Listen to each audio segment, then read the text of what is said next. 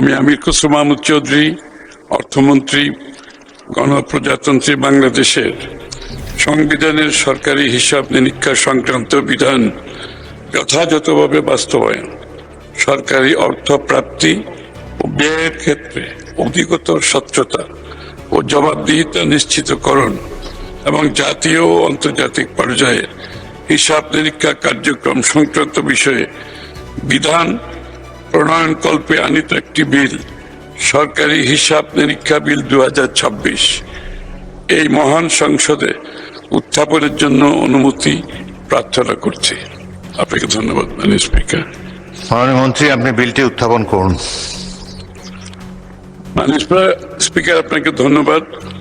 আমি আমির খসরু মাহমুদ চৌধুরী, অর্থমন্ত্রী, গণপ্রজাতন্ত্রী বাংলাদেশের সংবিধানের সরকারি হিসাব নিরীক্ষা সংক্রান্ত বিধান যথাযথভাবে বাস্তবায়ন, সরকারি অর্থ প্রাপ্তি ও ব্যয়ের ক্ষেত্রে অধিকতর স্বচ্ছতা ও জবাবদিহিতা নিশ্চিতকরণ এবং জাতীয় আন্তর্জাতিক পর্যায়ের হিসাব নিরীক্ষা কার্যক্রম সংক্রান্ত বিষয়ে বিধান প্রণয়নকল্পে আনিত একটি বিল, সরকারি হিসাব নিরীক্ষা বিল 2026 এই মহান সংসদে উত্থাপন করছি।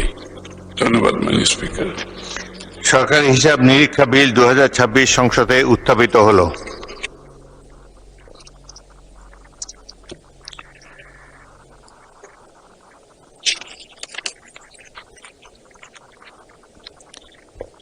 আমি এখন মাননীয় অর্থমন্ত্রী আমির খসরু মাহমুদ চৌধুরীকে সংসদে উত্থাপিত আকারে সরকারি হিসাব নিরীক্ষা বিল 2026 অবিলম্বে বিবেচনার প্রস্তাব উত্থাপনের জন্য আহ্বান জানাচ্ছি। ধন্যবাদ মাননীয় স্পিকার।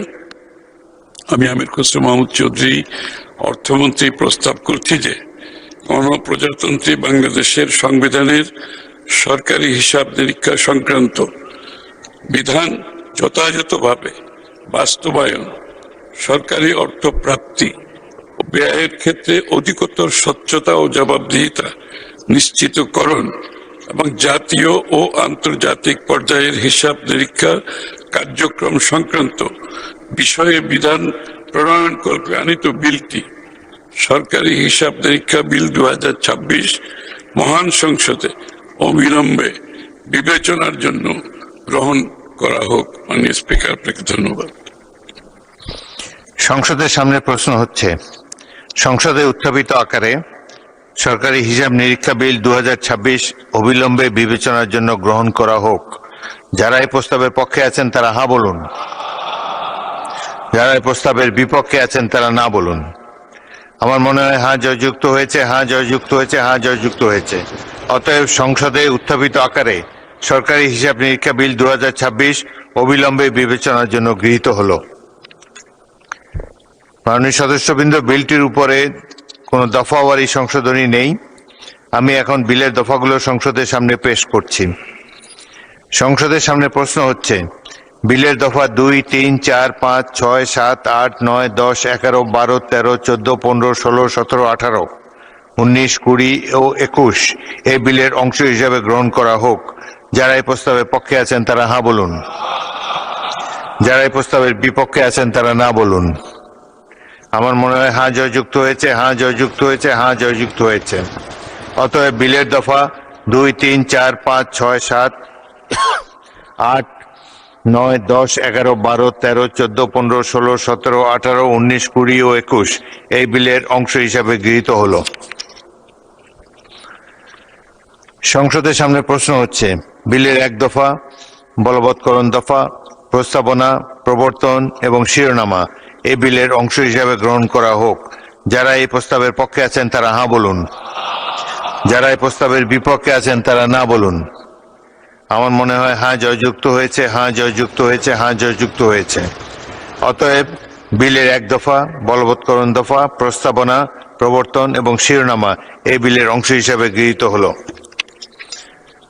মাননীয় অর্থমন্ত্রী, আপনি বিলটি পাশ করার প্রস্তাব উত্থাপন করতে পারেন। মাননীয় স্পিকার, আপনাকে ধন্যবাদ।